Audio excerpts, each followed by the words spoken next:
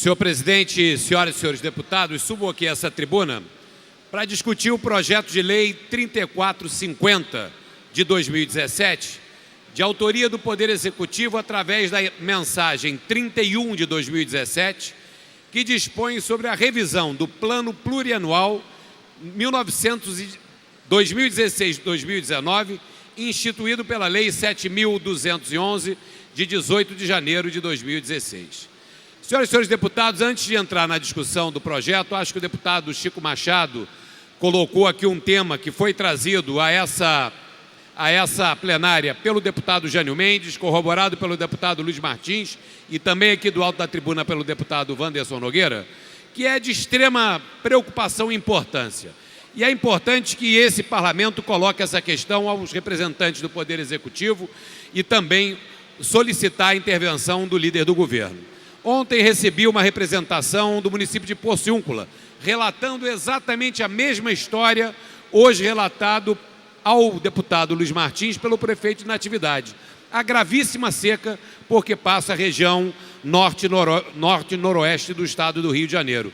Por isso, deputado Jânio Mendes, eu parabenizo o senhor por ter trazido esse tema e me somo aos demais parlamentares que se colocaram, solicitando ao governo do estado, ao Poder Executivo, que analise com urgência a possibilidade de editar um decreto de calamidade pública para aquela região do nosso estado, uma vez que nós temos uma situação de calamidade de fato.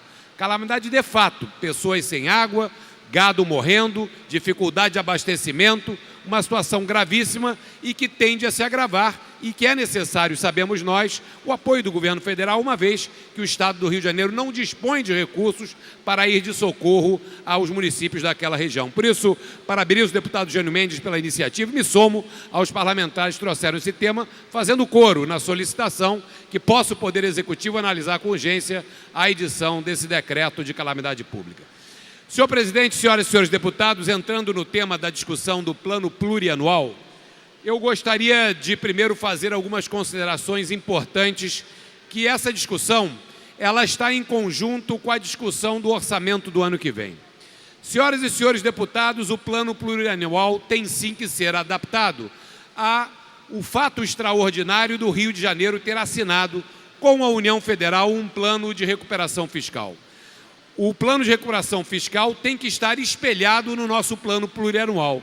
Quando a lei foi aprovada em 2016, não existia esse horizonte do plano de recuperação fiscal que tem impactos diretos sobre o orçamento do Estado, tanto no que diz respeito às receitas, quanto no que diz respeito às despesas e principalmente na isenção ou na possibilidade que o Estado conquistou de não pagar o serviço da dívida com a União Federal durante 3 anos renováveis por mais 3, ou seja, durante toda a vigência do atual plano plurianual.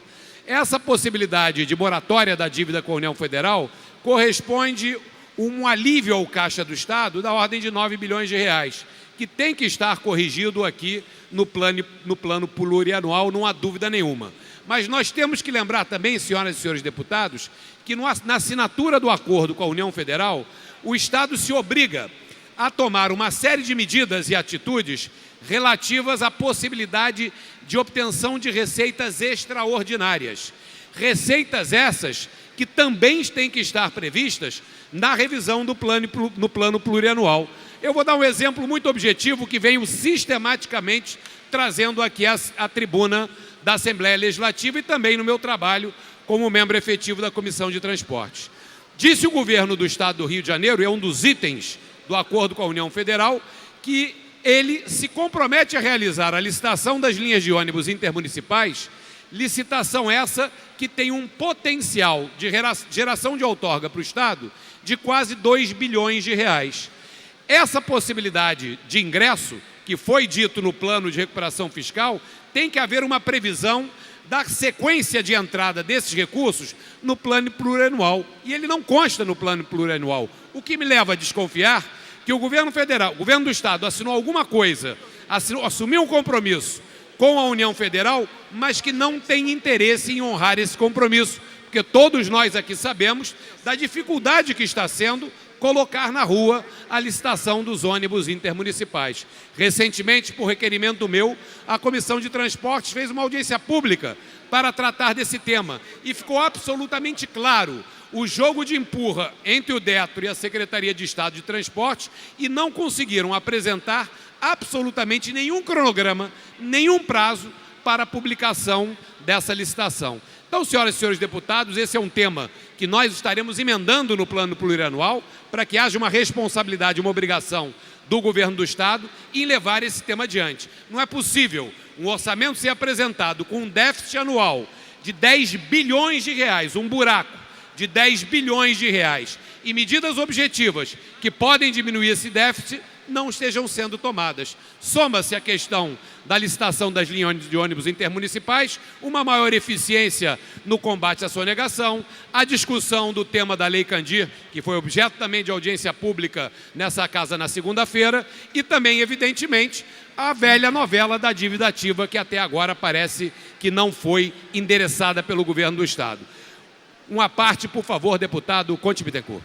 Deputado Osório, pela primeira vez eu vejo um PPA que deveria estar focado muito mais na recuperação das receitas do Estado. Qual é o plano estratégico para os 5 anos, para reequilibrar as contas, do que propriamente um PPA que traz projetos e programas.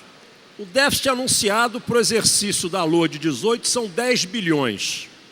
Restos a pagar de exercícios até 2016 somam 9 bilhões. Exercício de 17 deixará de restos a pagar algo em torno de 7 ou 8 bilhões. Como é que o governo responsável pela execução orçamentária e pelo PPA aponta programas de trabalho? Como é que pode pensar em construir alguma coisa, pensar em alguma nova iniciativa, se o déficit previsto acumulado para 2018 será de algo em torno de 30 bilhões de reais? Esse PPA é mais do que peça de ficção, é uma mentira. Esse PPA era para apresentar um projeto estratégico de recuperação fiscal. Como é que vamos tratar a questão da Lei Candir?